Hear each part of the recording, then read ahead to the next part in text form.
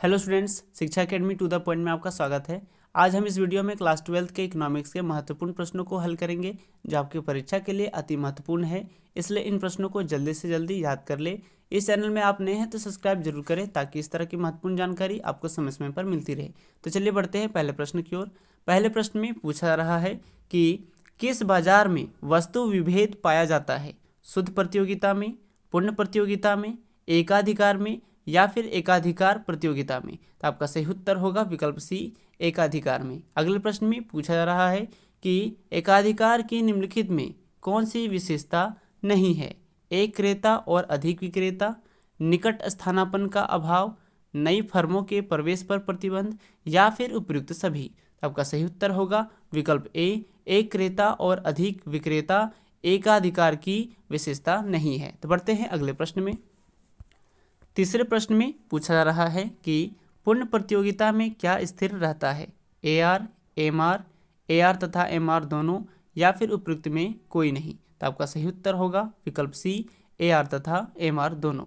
अगले प्रश्न में पूछा जा रहा है निम्नलिखित में किसके अनुसार किसी वस्तु की कीमत मांग और पूर्ति की शक्तियों द्वारा निर्धारित होती है? जेवंस, वालरस, मार्शल या फिर इनमें से कोई नहीं। तो आपका सही उत्तर होगा विकल्प सी, मार्शल। तो बढ़ते हैं अगले प्रश्न में।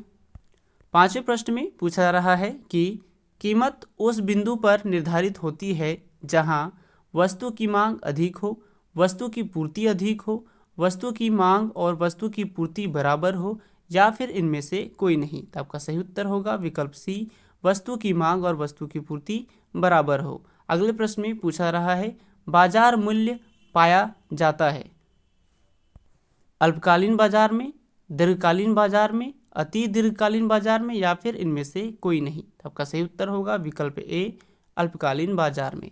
अगले प्रश्न में बढ़ते हैं। अगले प्रश्न में पूछा जा रहा है कि अति अल्पकाल में पूर्ति होगी पूर्णतः लोचदार, पूर्णतः बेलोचदार, लोचदार या फिर इनमें से कोई नहीं। तो आपका सही उत्तर होगा विकल्प बी, पूर्णतः बेलोचदार। अगले प्रश्न में पूछा जा रहा है साधन कीमत निर्धारण के निम्न में कौन से घटक हैं?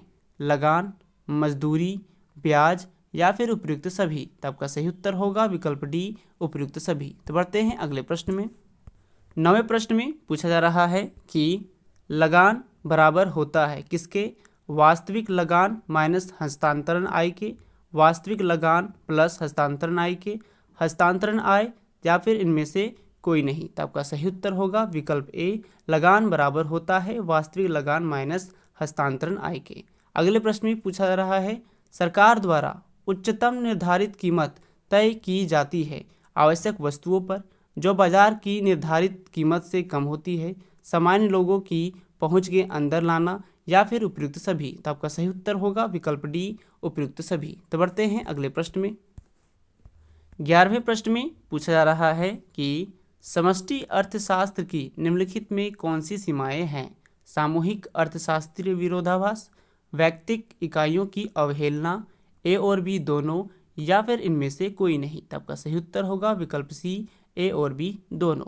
अगले प्रश्न में पूछा जा रहा है रोजगार सिद्धांत का संबंध है स्थैतिक अर्थशास्त्र से, व्यष्टि अर्थशास्त्र से, समष्टि अर्थशास्त्र से या फिर इनमें से कोई नहीं। तो आपका सही उत्तर होगा विकल्प सी, समष्टि अर्थशास्त्र से।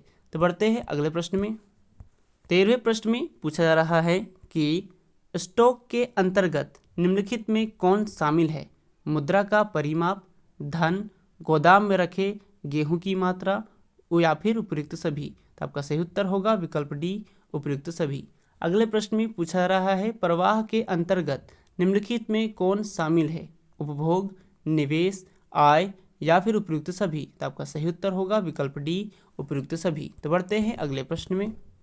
15वें प्रश्न में पूछा जा रहा है क्या सत्य है जीएनपी बराबर होता है जीडीपी प्लस घिसावट के, एनएनपी बराबर होता है जीएनपी प्लस घिसावट के, एनएनपी बराबर होता है जीएनपी माइनस घिसावट के या फिर जीएनपी बराबर होता है एनएनपी माइनस घिसावट के। तो आपका सही उत्तर होगा विकल्प सी, एनएनपी बराबर होता है जीएनपी माइनस घिसावट के। अगले प्रश्न में पूछा जा रहा है जीएनपी एट मार्केट प्राइस बराबर होता है GDP at market price minus घिसावट के, GDP at market price plus विदेशों से शुद्ध साधन आय के, जीएनपी प्लस अनुदान के, या फिर इनमें से कोई नहीं। तो आपका सही उत्तर होगा जीएनपी एट मार्केट प्राइस बराबर होता है GDP at market price plus विदेशों से शुद्ध साधन आय के। तो बढ़ते हैं अगले प्रश्न में। 17वें प्रश्न में पूछा जा रहा है कि लाभ के निम्नलिखित में कौन से घटक हैं? लाभांश, अवितरित लाभ, निगम लाभ कर, या फिर उपयुक्त सभी। तो आपका सही उत्तर होगा विकल्प डी, उपयुक्त सभी। अगले प्रश्न में पूछा जा रहा है राष्ट्रीय आय में निम्नलिखित में किसे सम्मिलित किया जाता है? हस्तांतरण भुगतान, शेयर एवं बॉन्ड की बिक्री से प्राप्त राशि, काले धंधे से प्राप्त आय, या फिर इनमें से कोई नहीं। तो आपका सही उत्तर होगा विकल्प डी, इनमें से कोई नहीं। तो बढ़ते हैं अगले प्रश्न में। 19वें प्रश्न में पूछा जा रहा है कि मुद्रा विकास क्रम का सही अनुक्रम कौन सा है? तो आपका सही उत्तर होगा विकल्प बी, पहले वस्तु मुद्रा, फिर धातु मुद्रा, पत्र मुद्रा और अंतिम में शाख मुद्रा। यह मुद्रा विकास का सही अनुक्रम है। अगले प्रश्न में पूछा जा रहा है निम्नलिखित में किसके अनुसार मुद्रा वह है जो मुद्रा का कार्य करे? हार्टले विदर्स, हार्ट्रे, प्रोफेसर थॉमस, या फिर किन्स। तो आपका सही उत्तर होगा विकल्प ए, हार्टले विदर्स। तो बढ़ते हैं अगले प्रश्न में। 21वें प्रश्न में पूछा जा रहा है कि शाख गुणक होता है 1/CRR के। अगले प्रश्न में पूछा जा रहा है शाख मुद्रा का विस्तार होता है जब नकद कोष अनुपात घटता है, बढ़ता है, ए तथा बी दोनों, या फिर इनमें से कोई नहीं। तो आपका सही उत्तर होगा विकल्प ए, घटता है। तो बढ़ते हैं अगले प्रश्न में। 23वें प्रश्न में पूछा जा रहा है कि केंद्रीय बैंक द्वारा कौन सी मुद्रा जारी की जाती है? चलन मुद्रा, शाख मुद्रा, सिक्के, या फिर इनमें से सभी। तो आपका सही उत्तर होगा विकल्प ए, चलन मुद्रा। अगले प्रश्न में पूछा जा रहा है शाख नियंत्रण के प्रमुख उद्देश्य निम्नलिखित में कौन से हैं? कीमत स्थिरता स्थापित करना, विदेशी विनिमय दर में स्थिरता लाना, उत्पादन एवं रोजगार वृद्धि के उपाय करना, या फिर उपयुक्त सभी। तो आपका सही उत्तर होगा विकल्प डी, उपयुक्त सभी। तो बढ़ते हैं अगले प्रश्न में। अगले प्रश्न में पूछा जा रहा है कि दूसरी नरसिम्हम समिति का गठन किस वर्ष हुआ? 1978 में, 1991 में, 1997 में, या फिर 1998 में। तो आपका सही उत्तर होगा विकल्प डी, 1998 में। अगले प्रश्न में पूछा जा रहा है बैंकिंग लोकपाल योजना की घोषणा किस वर्ष की गई? 1990 में, 1995 में, 1997 में, या फिर 2000 में। तो आपका सही उत्तर होगा विकल्प बी, 1995 में। तो बढ़ते हैं अगले प्रश्न में। अगले प्रश्न में पूछा जा रहा है कि निवेश के निर्धारक घटक कौन से हैं? पूंजी की सीमांत क्षमता, ब्याज की दर, ए और बी दोनों, या फिर इनमें से कोई नहीं। तो आपका सही उत्तर होगा विकल्प सी, ए और बी दोनों। अगले प्रश्न में पूछा जा रहा है कि किन्स के अनुसार विनियोग से अभिप्राय है? वित्तीय विनियोग से, वास्तविक विनियोग से, ए और बी दोनों से, या फिर इनमें से कोई नहीं। तो आपका सही उत्तर होगा विकल्प बी, वास्तविक विनियोग से। तो बढ़ते हैं अगले प्रश्न में।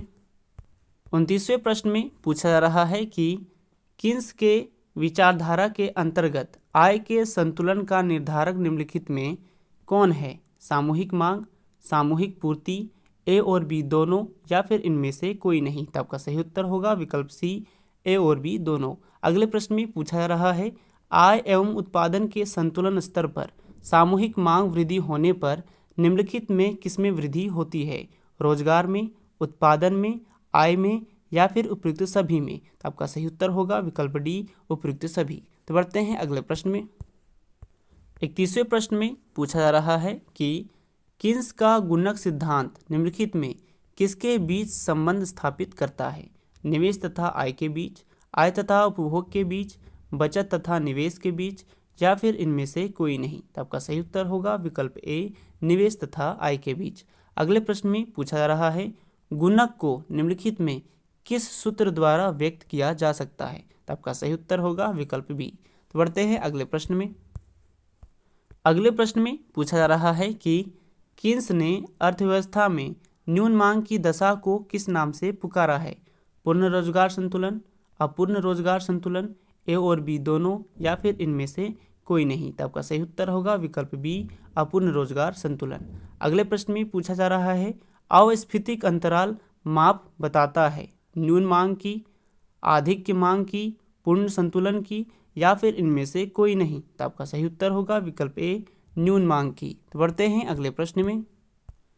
35वें प्रश्न में पूछा जा रहा है कि अतिरेक मांग उत्पन्न होने के निम्नलिखित में कौन से कारण है? सार्वजनिक व्यय में वृद्धि, मुद्रा की पूर्ति में वृद्धि, करों में कमी या फिर उपयुक्त सभी। तो आपका सही उत्तर होगा विकल्प डी उपयुक्त सभी।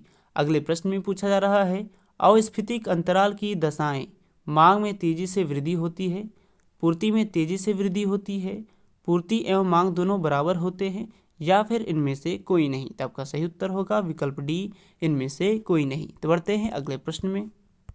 अगले प्रश्न में पूछा जा रहा है कि व्यापार चक्र के उत्पन्न होने के निम्नलिखित में कौन से कारण है?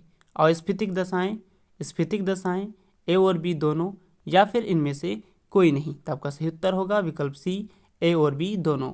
अगले प्रश्न में पूछा जा रहा है न्यून मांग को ठीक करने के लिए निम्नलिखित में कौन सी मौद्रिक उपाय किए जा सकते हैं? बैंक दर में कमी, खुले बाजार से प्रतिभूतियां खरीदना, नकद कोष अनुपात को कम करना या फिर उपयुक्त सभी। तो आपका सही उत्तर होगा विकल्प डी उपयुक्त सभी। तो बढ़ते हैं अगले प्रश्न में। अगले प्रश्न में पूछा जा रहा है कि स्फीतिक अंतराल को ठीक करने के लिए प्रमुख राजकोषीय उपाय कौन से हैं? सार्वजनिक व्यय में कटौती, करों में वृद्धि, सार्वजनिक ऋणों में वृद्धि या फिर उपयुक्त सभी। तो आपका सही उत्तर होगा विकल्प डी उपयुक्त सभी। अगले प्रश्न में पूछा जा रहा है स्फीतिक अंतराल को ठीक करने के लिए प्रमुख मौद्रिक उपाय कौन से हैं? बैंक दर में वृद्धि, खुले बाजार में प्रतिभूतियां बेचना, नकद कोष अनुपात में वृद्धि या फिर उपयुक्त सभी। तो आपका सही उत्तर होगा विकल्प डी उपयुक्त सभी। इन सभी प्रश्नों को जल्दी से जल्दी याद करें क्योंकि आपकी परीक्षा के लिए बहुत ही महत्वपूर्ण है। और इकोनॉमिक्स की पिछली वीडियो नहीं देखे हैं तो प्लेलिस्ट में जाकर जरूर देखें। यदि यह वीडियो अच्छा लगा हो तो लाइक, शेयर एंड सब्सक्राइब जरूर करें। तो फिर मिलते हैं अगले वीडियो में नए प्रश्नों के साथ। धन्यवाद।